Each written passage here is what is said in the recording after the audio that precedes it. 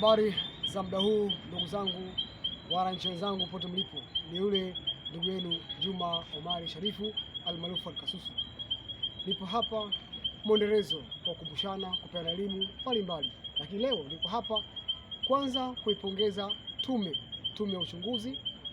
Imefanya kazi yake timilifu, uredi mkubwa. Tume hii iliamiliwa na Mheshimiwa Rais Dr. Samia Suluhu Hassan. Kwa hakika imefanya kazi kubwa sana, inapaswa kupongezwa kwa kazi kubwa iliyofanya tume hii, na matokeo tumeyaona.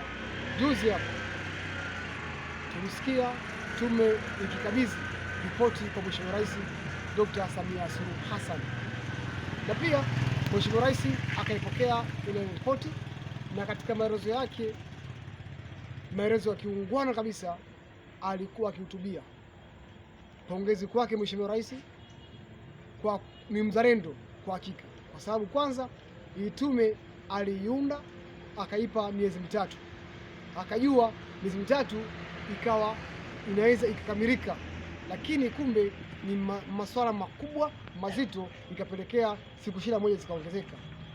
Juzi tarehe 21 akakabidhiwa ripoti.